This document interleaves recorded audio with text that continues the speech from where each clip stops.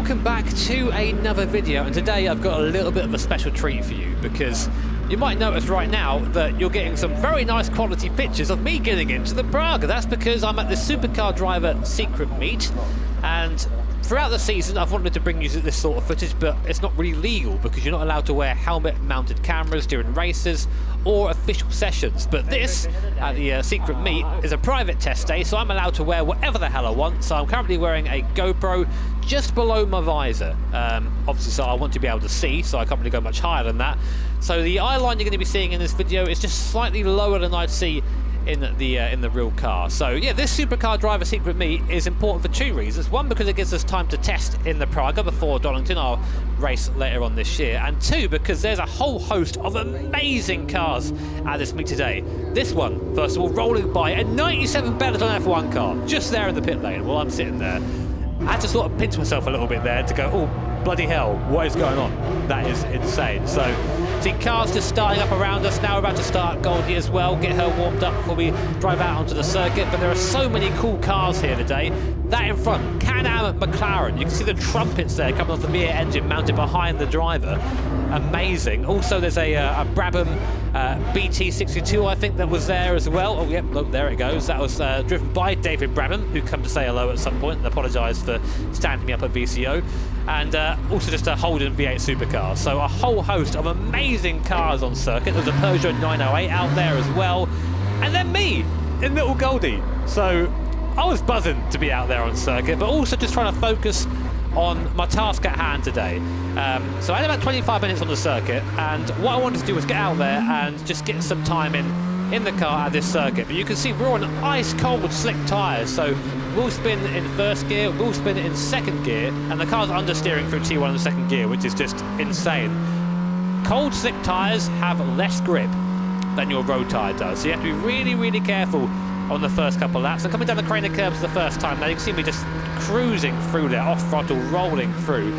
And in my mirrors I noticed Ben Collins, the Stig, behind us in the other Praga, so I'm just trying to make sure I let him by in the right place. It's a track day, so I've got to let him by on the right.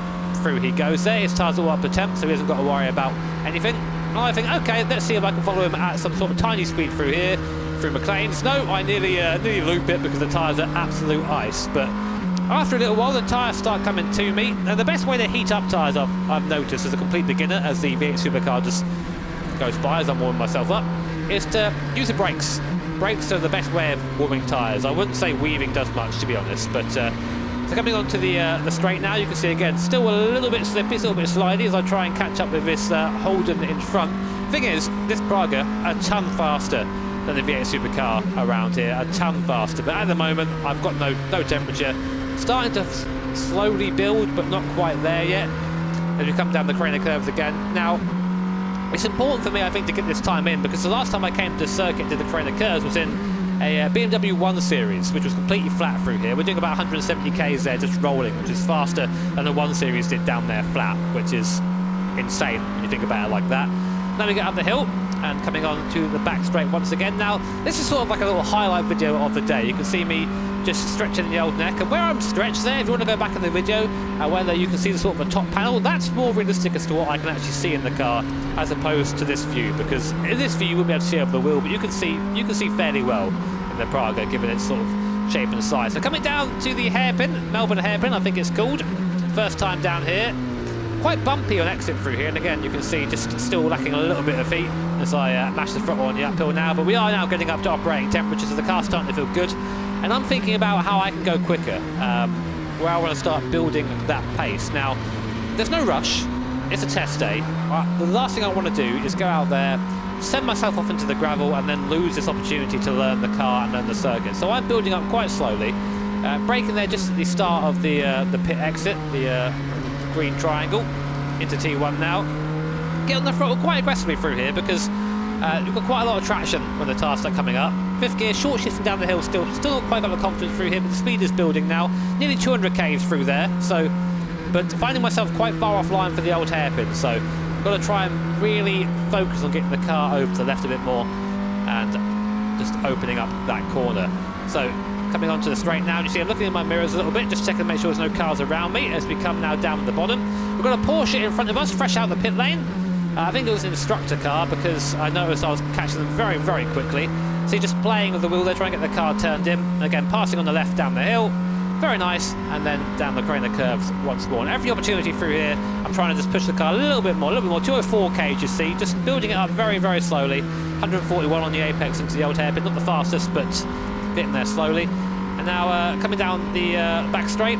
First time attacking the chicane into the loop here. You can take so much speed through here. The curbs are really flat on either side. You can use the power and pull the car out. So the idea really is to keep the turbo spooled a bit. So I think maybe next time when I go through there in the race, I'm going to try and hold a bit more throttle on the way in. Get that turbo spooled so the car is electric on the exit and hasn't got to quite build that boost. It's really easy to sort of kill this car going into corners if you scrub off too much speed because you just no boost and nothing on the exit. So you're just vibing down the straight. I've got a Lamborghini passing me on the left. This is a Lambo that was on the left of us when we were stationary in the pit lane. And I think, oh, let's go try and chase this Lambo then, which is a bad idea because I think it had a pretty hot driver in, and I'm not sure if it was a GT3 or what I like to call GT3 Plus, the de-restricted ones, which are a lot faster. But again, going down the corner curves, I'm not quite confident enough to chase it down there, but I'm taking a much better line into there now, much better, keeping it to the left a lot more. Trying to make sure I use the power on exit and get that turbo spooled up. And you can see already that Lambo has just left me for dead. Goodbye, Mr. Lamborghini. It was good knowing you. Coming up then into McLean's, third gear through here. You don't want to go too wide here. A lot of rubber's on the inside. This part of the circuit is actually quite slippy anyway. And I think that's because there's an airport nearby. And apparently the fuel vapor, or whatever the hell it is, falls onto the circuit and makes it quite slippy. I might be making stuff up there, but that's what I've been told. But it's very slippy through there as you go down the straight once more. 220 kilometers an hour, which is nearly 140 mile an hour as we turn her in. You can see a bit more confidence on the way in. You can really use the curbs. Be careful though, because there are serrated curbs if you go too far inside, and that'll bend something on this car, so we're trying to hit it. Now the reason why I left this bit in is because we're coming down to the hairpin. Look at that Can-Am car. We don't see it for long, but look at it on the straight here. I'm on the full throttle now, full throttle, and it's just gone. It's just gone. The speed of it is insane, but obviously slows down a lot here coming into the pit lane. Cuts off Mr. Lamborghini, which means I get to be close and feel like I've done something good. And there we are, back of a Lambo again, and a great chance of a speed comparison to a GT3 car here and a Praga R1. You see, out the corner, there's not that much difference, but on the brakes, the ABS of the Lambo braking so much later than I can through there, even with my light car. Then picking up the throttle on exit. Need to be in between second and third gear there, really, for the best boost, but second gear doesn't feel like it would work through there. But down the curves again, you see the fastest I've gone through there so far, 212 k's, just a little blend. I didn't quite go flat the entirety of the day there, but it was just making sure that I was building up slowly, and the feeling of going through there is amazing. You see how little you turn the wheel at speed. It's all about just keeping the car as straight as possible, no outside force really. Now you also know as well that initially I wasn't really building the revs too much. I was being quite careful with the RPM, being quite chilled out as a Lamborghini peels into the pit lane, because I didn't want to overstress the engine. This is a car that I've got to use come the race day, so I want to make sure the car's actually nice and in good order, so I'm not pushing it too hard in the initial session. So we come now through the S's once more. You see, really starting to build the confidence now, really starting to carry the speed in. That's one of the important things about the Praga, is carrying that speed in and making it, again, electric. That's the word I'm going to use. Keep it electric, keep it alive, keep it buzzing.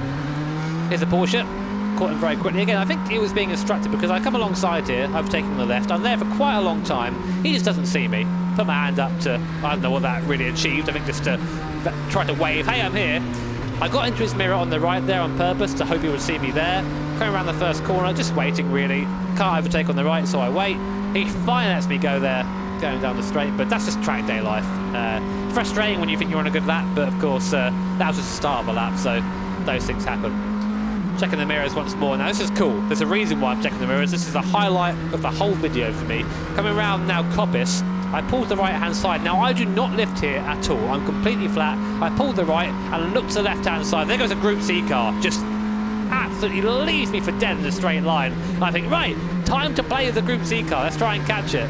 As I, again, overslow a little bit into the chicane. On the left there is, I think, an old Maserati. I think that was Dario Franchitti driving that, actually. He just waves me by, off you go, mate, which was surreal coming across that when you're out there in your modern-day prototype. But here, out of the hairpin, I just get absolutely left behind by the Group C car. The Praga is not a slow car. I'd say if I were to rate it in terms of speed. The acceleration is similar to like a stock GTR, up to about 3rd or 4th gear. Even so, look at that thing just smash away from us, and I'm like, right, I'm going to catch it. I'm going to do my best to try and catch this car. That was my my motivation now. All keeping the car nice and fresh for Donington. That's all gone out the window. That's all gone out the window. Start revving it a bit higher, start braking a bit later, and of course that was the push I needed to start going a bit quicker through the Craner curves. That left-hander, oh man, it's so fast, so much fun to look at. Not quite hitting 150 minimum speed though.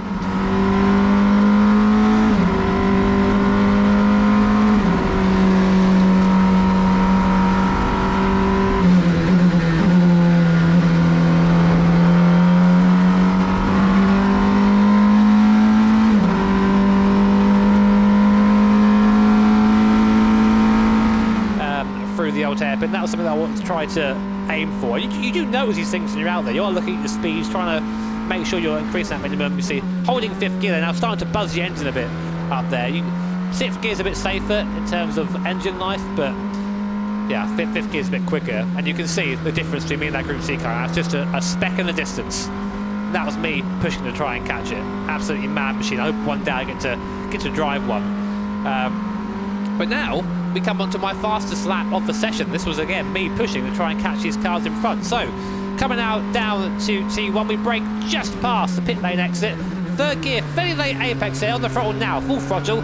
Let the turbo build, very nice. And now we go downhill towards the Craner curves, one of the most insane sets of corners in the UK. It's almost flat in the Praga. 6th gear, a little blend off there, not quite brave enough. 212 on the minimum speed, not quite 150 on the old hairpin, but keeping the speed up anyway. 4th gear up the hill, then we go up to 5th, and we're going to leave 5th gear until we get to McLean's. The limiter's going to buzz on the way around. You're going to want to shift up, but don't.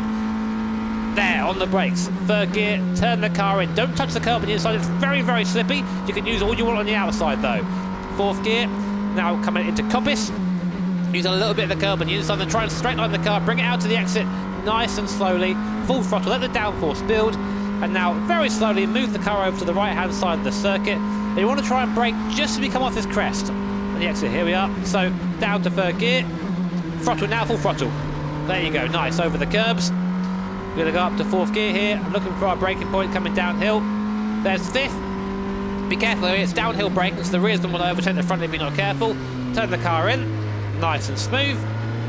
And hammer the throttle and exit. The car can take it. There's a bit of a bump there, and also a bit of a bump when you come up here to brake, and you're probably going to hear it. There it is, there's a big hit through the suspension. Bit of a late turn in there, but not too bad. We come across the line, my best time of the day, a 1:32.4. Respectable enough, I think, for me anyway, for my first time there. Annoyingly though, on the next lap, I would go even faster through the Craner curves. What's the minimum speed through it? 212, 210 through there, then through the old hairpin. Finally, hitting that 150 minimum. Finally doing it, building the car into getting quicker and quicker. And I think right now I'm feeling absolutely pumped up. Right, let's go even faster. Let's see if we can get into the 131s. Come up towards McLean's, lock the rear brakes, and nearly end up going off the circuit. And I think, okay, maybe the tyres are getting a little bit warm here. I'm going to just cool off. The lap's gone in my mind right now. So I come round Coppice and just start short shifting, start letting the car cool down a little bit, and the tyres come down a bit. But that was a mistake, because it turns out that was the last lap of the session. Checkered flag, way to acknowledge it. And that was testing in the Praga. Now we'll come back into the pit lane. I've left this footage in because I like to give you guys the full, this is what happens. As a racing nerd, this is the stuff I always miss seeing when I was watching videos online, was the whole process of pitting in, coming in the pit lane, you know, putting the car into the garage. That stuff really fascinates me, so it's all in here. So it's coming in behind the Porsche, very slow in the way, Mr. Porsche. Find our guys in the pit lane, put the car into neutral, roll it in, try not to run over Jack Fabi, and then let him push us into the garage.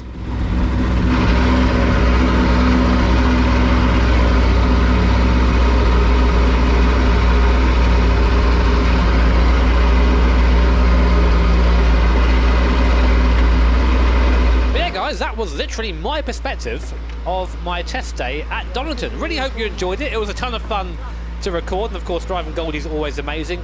If you enjoyed the video, feel free to hit that like button. You can subscribe as well if you want. Next round of Brit Car is at Donington, coming up in October. Tickets are available. If you want to come see him in person, come say hello. Take care, have an awesome day. See you all next time.